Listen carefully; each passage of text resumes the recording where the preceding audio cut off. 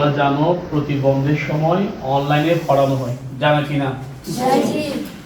যদি অনলাইনে কেউ না পড়ে, একদিন যদি না পড়ে, গতবারে খেলা বন্ধ শাস্তি দিয়েছিলাম 3 দিন করে, এবারে শাস্তি হবে 5 দিন করে। কেউ যদি সকাল এবং মাগরিবের পরে দুই টাইমে যদি না পড়ে, তাহলে শাস্তি হবে কতদিন? 5 দিন। এরকম শাস্তি আসর পর থেকে মাগরিব পর্যন্ত যে খেলার সময় আছে, ওই খেলার সময়টা কি করতে হবে? এখানে না খেলে পড়তে হবে।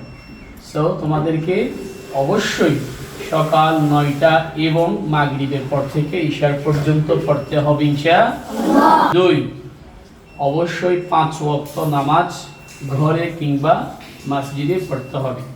যারা ছোট তারা যদি মসজিদে যেতে না পারো, অবশ্যই ঘরে পড়ে নিবে ইনশাআল্লাহ।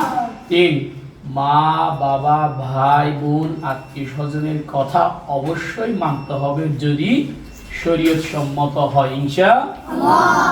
কোনো যদি অভিযোগ আসে যে হুজুর উনি আমার কথা মানে নাই, তাহলে ওর জন্য এক অভিযোগ সমান 3 দিন করে খেলা বন্ধ শাস্তি শরীর দেওয়া হবে ইনশাআল্লাহ।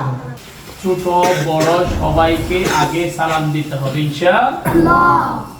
সবার সাথে ভালো আচরণ করতে হবে ইনশাআল্লাহ।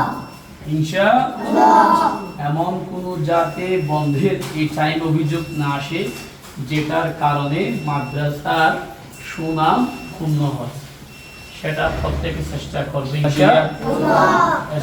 এতটুকু জায়গা থাকবে, ভালো থাকবে, সুস্থ থাকবে, একে অপরের জন্য দোয়া করবে, সঠিক টাইমে আবার চলে আসবে ইনশাআল্লাহ।